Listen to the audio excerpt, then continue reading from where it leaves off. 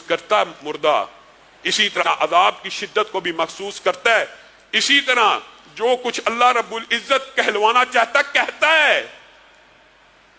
منکرین حدیث آپ کے سامنے رکھ چکا کہ وہ جب کسی حدیث کا انکار کرتے ہیں وہ حقیقت میں قرآن کی آیت کا بھی انکار کرتے ہیں۔ جب ہم یہ کہتے ہیں نا کہ میت چارپائی کے اوپر یہ کہہ رہی ہوتی ہے قدمونی، جی یا دیکھو جی کہہ رہے نے مردہ بولتا ہے،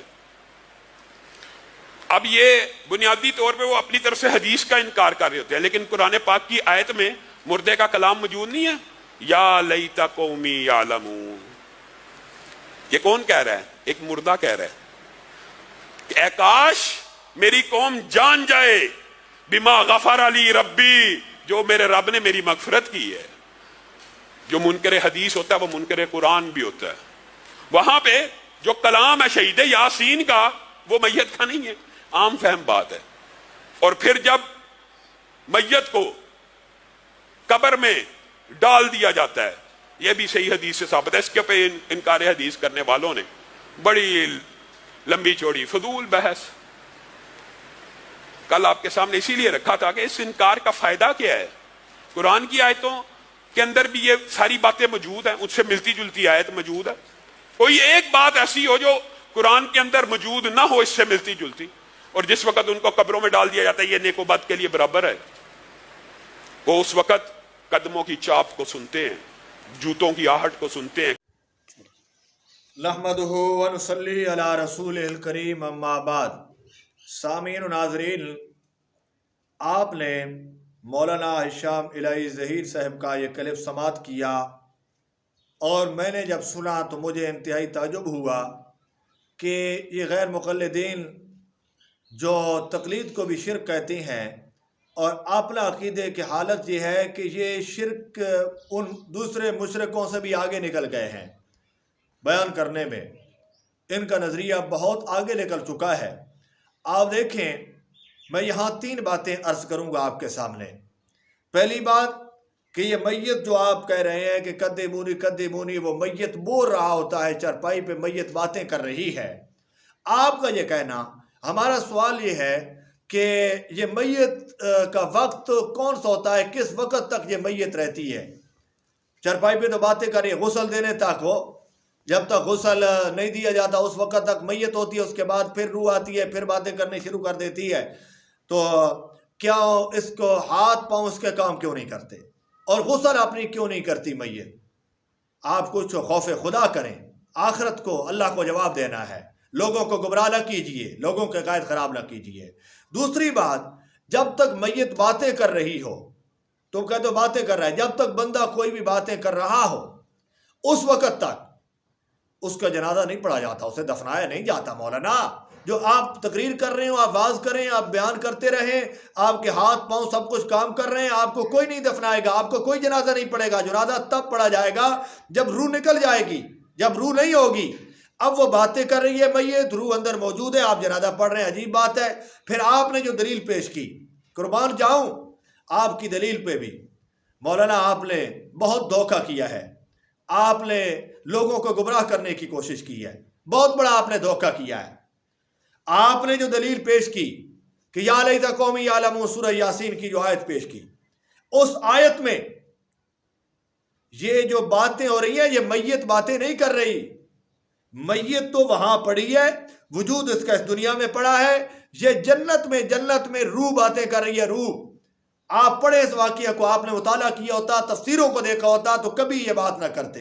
آپ ممبر پہ بیٹھ جاتے ہیں، لیکن آپ نے کبھی قرآن فہمی تو آپ قریب بھی نہیں آئی، آپ نے دیکھا ہی نہیں قرآن کو۔ قرآن کو اگر دیکھا ہوتا تو کبھی یہ بات آپ نہ کرتے۔ اٹھائیں تفسیروں کو، تفسیر قرطبی میں قلت والظاہر من الآیات انہ لما قتل، اس آیت سے یہ ظاہر ہوتا ہے کہ جب اس بندے کو قتل کیا گیا، حبیب نجار جس کو قتل کیا گیا، اس کو شہید کیا گیا، تو اس کے لیے کہا گیا داخل ہو جا جنت میں۔ قال قتادہ ادخلہ اللہ الجنۃ وہو فیہا حی یرزق، قتادہ کہتی ہیں کہ انہیں جنت میں داخل کیا گیا اور وہیں روزی دی جاتی ہے۔ وہ روح باتیں کر رہی ہے، آپ بار محیط کو اٹھائیے، روح المانی اٹھائیے، تفسیروں کو اٹھائیے، آپ لوگوں کو دھوکہ دے رہے ہیں یہاں پہ۔ کہ جی میت باتیں کر رہی ہے. میت نہیں، یہ روح ہے، روح یہ جنت میں، وہاں سے یہ باتیں کر رہی ہے. آپ مطالعہ کریں، دیکھیں آپ تفسیروں کو. آپ قرآن کو دیکھتے نہیں ہیں اس لیے محقق بن جاتے ہیں. آپ نے میت باتیں نہیں کر رہی. دوسری بات جو میں عرض کرنا چاہتا ہوں وہ یہ ہے، آپ نے دلیل کے طور پہ پیش کیا ایک حدیث کو اور کہا یہ صحیح حدیث ہے کہ میت قدموں کی چاپ سنتا ہے. قدموں کی آواز کو میت سنتی ہے جب دفنا کے آتے ہیں. اپنے عزیز و اقارب کی جو دفنانے والے ہوتے ہیں ان کی آواز کو سنتا ہے میت. آپ نے یہ جو دلیل پیش کی اور آپ نے کہا جی یہ جی صحیح حدیث ہے. بابا اس کی سند میں عبد العالی بن عبد العالی موجود ہے. عبد العالی بن عبد العالی یہ شیعہ راوی ہے. آپ ان کی ترجمانی کر رہے ہیں. یہ وہ راوی ہے جس کی حدیث آتی ہے سنن ابن ماجہ میں. اسی سے وہ حدیث آتی ہے 1944 نمبر کی کہ جس میں کہ بکری کچھ آیات قرآن کی بکری کھا گئی تھی. یہ وہی راوی ہے. اور دوسری سند میں جو دوسرا راوی ہے قتادہ، یہ راوی اس مدلس راوی ہے، قدری راوی ہے. یہ سند کا حال ہے اس کا. یہ روایت گھڑی ہوئی روایت ہے اور گھڑی ہوئی روایت کو آپ قرآن کے مقابلے میں لا رہے ہیں. جی اس روایت کو آپ قرآن کے مقابلے میں لا رہے ہیں جہاں قرآن کی آیت موجود ہے اِنَّکَ لَا تُسْمِعُ الْمَوْتَىٰ. ہمارا یہ چیلنج ہے کہ اللہ کا قرآن 20 آیات میں یہ مسئلہ بیان کرتا ہے کہ مرنے کے بعد کوئی نہیں سنتا. اٹھائیں سورت فاتر کو، ما انت بمسمع من فی القبور من اضل ممن یدعو من دون اللہ من لا یستجیب له یوم القیامہ وهم عن دعائهم غافلون. یہ قرآن کہہ رہا ہے. اب قرآن کہتا ہے نہیں سنتے، وہ غافل ہیں. یہ کہتے ہیں اب میں تیری روایت کو مانوں، قرآن کو مانوں. پہلے قرآن ہے، قرآن کے مقابلے میں کوئی روایت کوئی چیز قابل قبول نہیں ہے. قرآن کہتا ہے اِنَّکَ لَا تُسْمِعُ الْمَوْتَىٰ. تیسری بات جو آخری میں عرض کرنا چاہتا ہوں، مولانا اگر آپ نے اپنے غیر مقلدین کو پڑھا ہوتا، اپنے مسلک کے لوگوں کو پڑھا ہوتا، آپ کبھی یہ بات نہ کرتے. آپ اٹھائیں فتاوی علماء اہل حدیث کو، وہاں لکھا ہوا ہے مردے نہیں سنتے. آپ تفسیر سرائی کو اٹھائیں، وہاں لکھا ہوا ہے مردے نہیں سنتے. علامہ وحید الزمان کی سنن نسائی کی مترجم کو اٹھائیے، وہاں لکھا ہے مردے نہیں سنتے. آپ اٹھائیے مولانا صادق سیالکوٹی کی کتاب مسلمان کا سفر آخرت، وہاں لکھا ہے کہ مردے نہیں سنتے. سماع الموتیٰ قرآن و حدیث سے ثابت نہیں ہے، وہاں لکھا ہے. اور پھر آپ نے کہا ہے کہ پھر اس کے انکار کا کیا فائدہ ہے. آپ یہی بات ناصر الدین علامہ البانی کی الآیات البینات میں آپ یہ بات پڑھ سکتے تھے.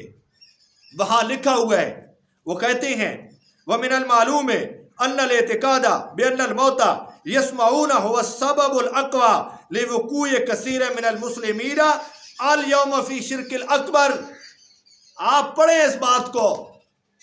علامہ البانی نے آپ کو جواب دے دیا ہے. وہاں انہوں نے لکھا ہے کہ وجہ یہ ہے کہ ظاہر ہے کہ یہ عقیدہ رکھنا مردے سنتے ہیں. آج کل کا زمانے میں بہت سے مسلمانوں کے شرک اکبر میں واقع ہونے کا قوی سبب ہے یہ مردوں کا عقیدے سننے کا رکھنا. یہ آج کل مسلمانوں میں یہ شرک کا قوی سبب ہے یہ عقیدہ رکھنا کہ مردے سنتے ہیں، یہ شرک کے اکبر.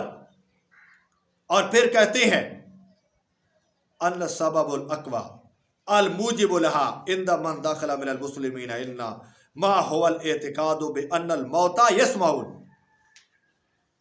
مسلمانوں کے گمراہ ہونے کا سب سے قوی سبب یہ اعتقاد رکھنا ہے کہ مردے سنتے ہیں. اپنے علماء کو پڑھیں.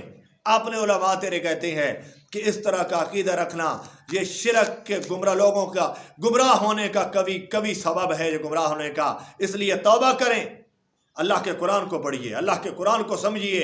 اللہ کا قرآن کہتا ہے اِنَّکَ لَا تُسْمِعُ الْمَوْتَىٰ. اللہ کا قرآن کہتا ہے اموات غیر احیاء. یہ اللہ کا قرآن کہہ رہا ہے، انہیں مردہ کہہ رہا ہے. اور مردے تو کہتا ہے مردے باتیں سنتے ہیں. یہ اس طرح کی کوئی روایت قابل قبول نہیں ہے. جو بھی قرآن سے ٹکرا جائے گی تو قرآن کو مانا جائے گا، روایت کو چھوڑا جائے گا. وَمَا عَلَيْنَا إِلَّا الْبَلَاغُ.